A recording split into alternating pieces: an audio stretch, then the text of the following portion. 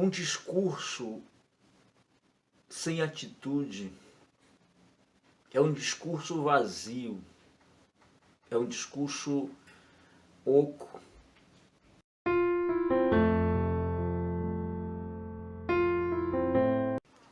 Eu ouço as pessoas falarem, eu vejo as pessoas postarem palavras, frases como "eu creio na minha geração".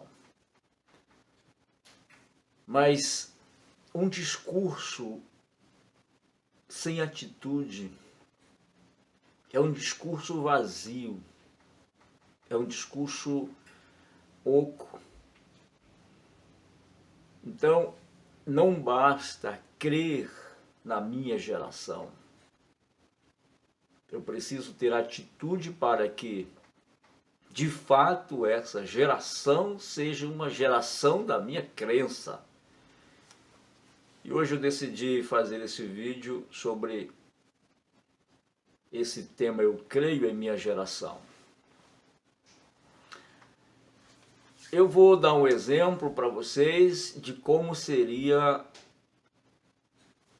a estrutura educacional de Platão para que uma geração fosse bem-sucedida, para que uma geração tivesse sucesso. Mas antes de falar sobre Platão, eu vou falar sobre o que o Einstein disse. Einstein disse assim, que o único lugar onde o sucesso vem antes do trabalho é no dicionário. Então, o que se espera dessa geração? Então vamos lá. Na concepção de Platão, para que uma pessoa pudesse ser um rei filósofo, um grande governador, qual deveria ser a estrutura educacional? Então Platão começa dizendo que a criança com 10 anos deveriam ser tiradas do convívio familiar e levada a ter uma escola, uma instituição séria, onde começaria os seus estudos. E quando ele atingisse a idade de 10 anos, ele era submetido a um teste, ele era submetido a uma avaliação. Os candidatos que passassem na prova, os candidatos que passassem naquela avaliação, permaneceriam estudando. E aqueles que foram reprovados retornariam para as suas cidades de origem e seriam aqueles que iriam proteger a cidade. No se fosse hoje, seria um policial, seria o sargento, etc. Então aquelas pessoas, aqueles rapazes, ingressariam no exército, ingressariam nas forças armadas. Aqueles rapazes que ficaram ali estudariam até 30 anos. Com 30 anos eles eram submetidos à nova avaliação.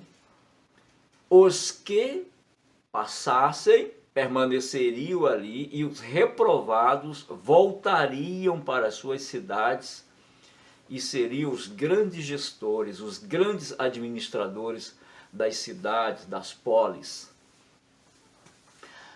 Os que passaram na avaliação ficariam ali mais 5 anos estudando, daria 35 anos. Com 35 anos, eles voltariam para as suas cidades de origem, ficariam ali durante 10 anos. Se eles não se corrompessem com o sistema, se eles não se corrompessem com a estrutura familiar, aí eles seriam reconhecidos reis e filósofos. Então percebe que para ser um rei filósofo, o sujeito tinha que se esforçar, o sujeito tinha que estar sujeito a toda essa estrutura educacional para ser rei filósofo. E quais as primeiras disciplinas, quais as primeiras matérias esses meninos, essas crianças deveriam estudar?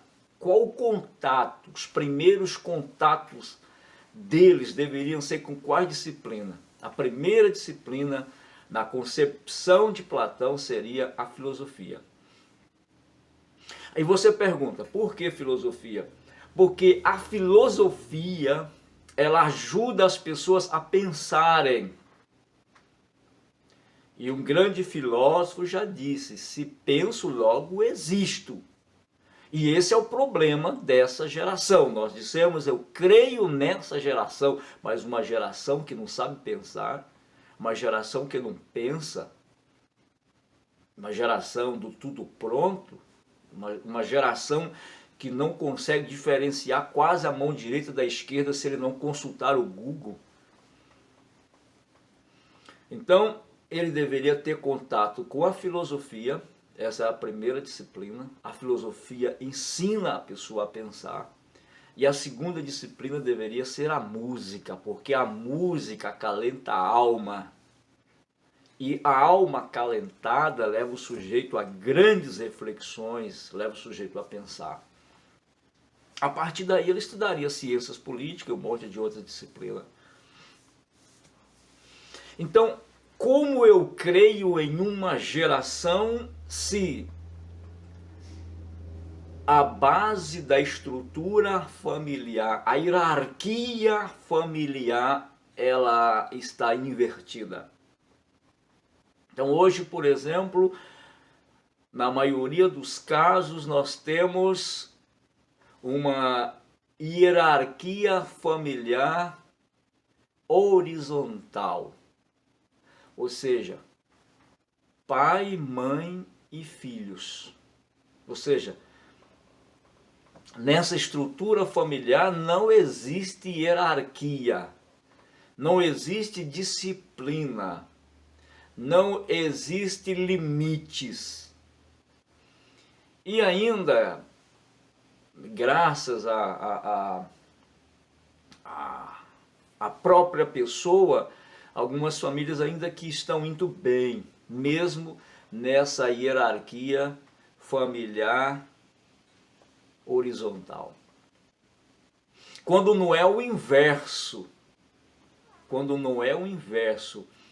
que mesmo sendo a hierarquia familiar horizontal, está o pai, mãe e filhos, mas às vezes ela inverte, está filhos e pais.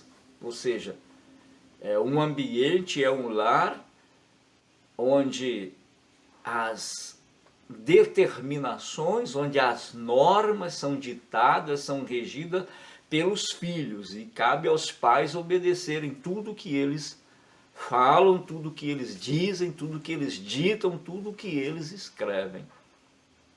Então nós temos filhos e pais.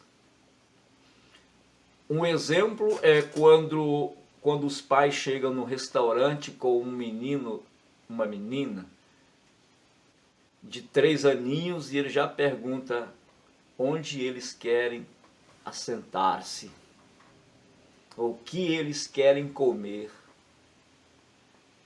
Então ele vai crescendo num ambiente onde a hierarquia está invertida e eles se acham dono, ou seja, o último biscoito do pacote.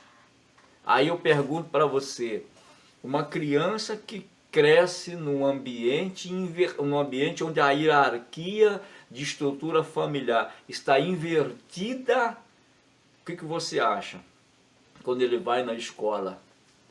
Na escola ele não vai de forma nenhuma aceitar um não. Ok? Ele não vai de forma nenhuma aceitar um não. Um não para ele é uma afronta. Não fazer o que ele quer é uma verdadeira afronta. Então, como eu vou acreditar numa frase, eu creio em minha geração se não existe limites para essa geração? Então é importante que haja o discurso, mas é muito mais importante que se tenha atitudes. Então, eu não estou dizendo aqui de uma estrutura familiar autoritária. Eu estou falando de uma hierarquia familiar amorosa, onde os filhos precisam compreender que são os pais e depois são eles. Então, eu creio em uma geração, mas uma geração que ainda compreende o que é estrutura familiar, o que é uma hierarquia familiar. Espero ter ajudado você em alguma coisa. Deus abençoe, grande abraço.